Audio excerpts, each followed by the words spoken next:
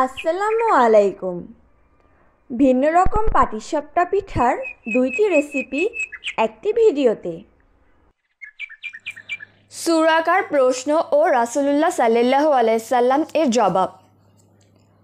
যখন রাসূলুল্লাহ সাল্লাল্লাহু আলাইহি সাল্লাম এহরাম খোলার নির্দেশ দিলেন, তখন সুরাকা ইবনে মালিক ইবনে জুশআম রাদিয়াল্লাহু আনহু, যিনি শারিফ নামক স্থানে রাসূলুল্লাহ সাল্লাল্লাহু আলাইহি সাল্লাম এর নিকট আর্জ করেছিলেন যে, আমাদেরকে এমন সুস্পষ্ট নির্দেশ প্রদান করুন যেভাবে সে সব লোককে দেওয়া হয়ে থাকে, তারা যেন আজই সদ্য ভূমিষ্ঠ।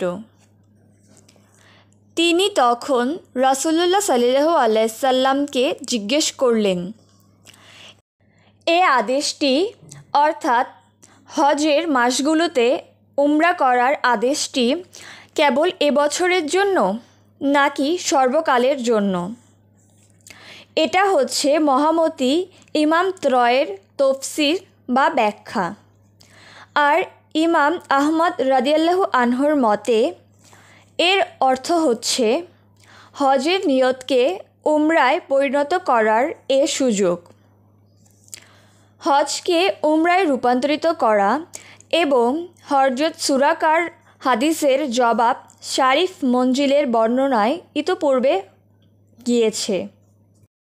রাসূলুল্লাহ সাল্লাল্লাহু আলাইহি ওয়াসাল্লাম হযরত সুরাকার উক্ত প্রশ্ন জবাবে বলেছিলেন, সর্বকালের জন্য।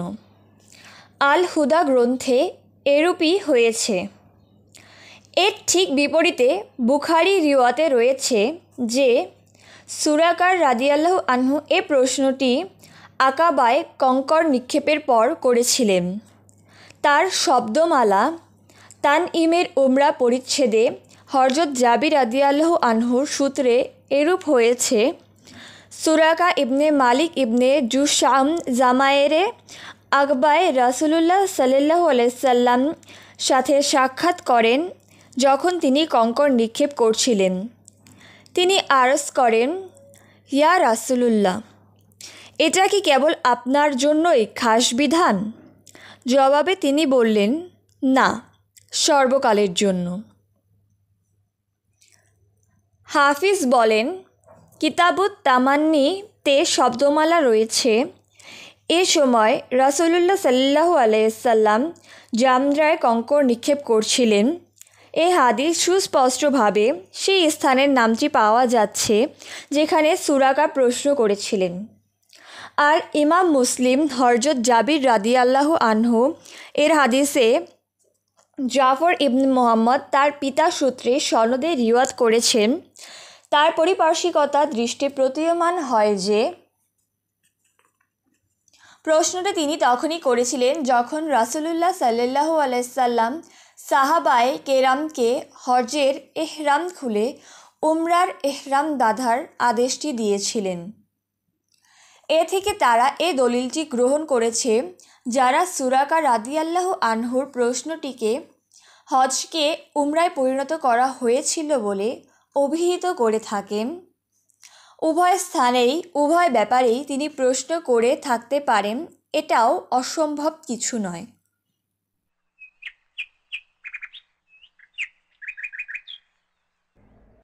হযরত আবু হুরায়রা রাদিয়াল্লাহু আনহু থেকে বর্ণিত, মহান আল্লাহর বাণী, আসমান ও জমিনে যত কিছু আছে সমস্ত আল্লাহর। তোমাদের মনের অভ্যন্তরে যা আছে তা প্রকাশ করো কিংবা গোপন রাখো, আল্লাহ তোমাদের কাছ থেকে তার হিসাব গ্রহণ করবেন এবং যাকে ইচ্ছা তিনি ক্ষমা করবেন, যাকে ইচ্ছা শাস্তি দেবেন। আল্লাহ সর্ববিষয়ে সর্বশক্তিমান। এ আয়াত নাজিল হলে বিষয়টি সাহাবীদের কাছে খুব কঠিন মনে হলো। তাই সবাই রাসূলুল্লাহ সাল্লাল্লাহু আলাইহি সাল্লামের কাছে আসলেন এবং হাঁটু গেড়ে বসে বললেন, হে আল্লাহর রাসূল, নামাজ, রোজা, জিহাদ, সাদকা প্রভৃতি যে সমস্ত আমল আমাদের সামর্থ্য অনুযায়ী ছিল, এ যাবৎ আমাদেরকে সেগুলোর নির্দেশ দেওয়া হয়েছে। বর্তমানে এ আয়াত নাজিল হয়েছে। এই বিষয়টি তো আমাদের ক্ষমতার বাহিরে। রাসূলুল্লাহ সাল্লাল্লাহু আলাইহি সাল্লাম বললেন, আহলে কিতাব ইহুদি ও খ্রিস্টানদের মতো তোমরাও কি এমন কথা বলবে যে শুনলাম কিন্তু মানলাম না? বরং তোমরা বলো, শুনলাম ও মানলাম। হে আমাদের প্রতিপালক, আমরা তোমার কাছে ক্ষমা প্রার্থনা করি আর তুমি আমাদের শেষ প্রত্যাবর্তন স্থল। রাসূলুল্লাহ সাল্লাল্লাহু আলাইহি সাল্লাম এই নির্দেশ শুনে সাহাবা কিরাম বলেন, আমরা শুনেছি ও মেনেছি। হে আমাদের প্রতিপালক, আমরা তোমার কাছে ক্ষমা প্রার্থনা করছি, তুমি আমাদের শেষ প্রত্যাবর্তন স্থল। রাবি বলেন, সাহাবীদের সকলে এ আয়াত পাঠ করলেন এবং বিনয়াপ্লুত হয়ে মনে প্রাণে তা গ্রহণ করে নিলেন। অনন্তর আল্লাহ তাআলা এ আয়াত নাজিল করেন, রাসূল তার প্রতিপালকের পক্ষ হতে যা অবতীর্ণ হয়েছে তাতে তিনি ঈমান আনয়ন করেছেন এবং মুমিনগণও। তাদের সকলে আল্লাহতে, তার ফেরেশতাগণে, তার কিতাবসমূহে এবং রাসূলগণে ঈমান আনয়ন করেছে। তারা বলে, আমরা রাসূলগণের মধ্যে কোনো তারতম্য করি না। তারা বলে, আমরা শুনলাম এবং মানলাম।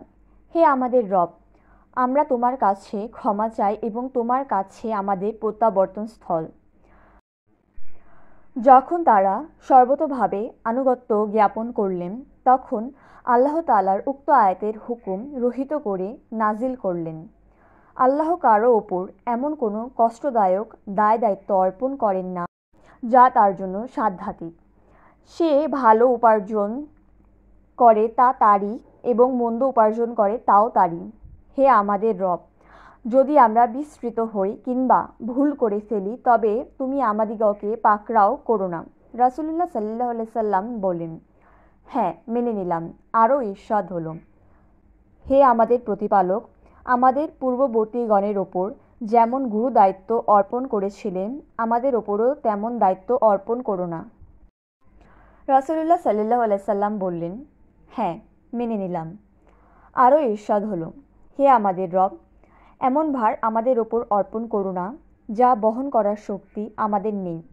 রাসূলুল্লাহ সাল্লাল্লাহু আলাইহি সাল্লাম বললেন, হ্যাঁ মেনে নিলাম। আরও ইরশাদ হলো, আমাদের পাপ মোচন করো, আমাদেরকে মাফ করো, রহম করো, তুমিই আমাদের অভিভাবক।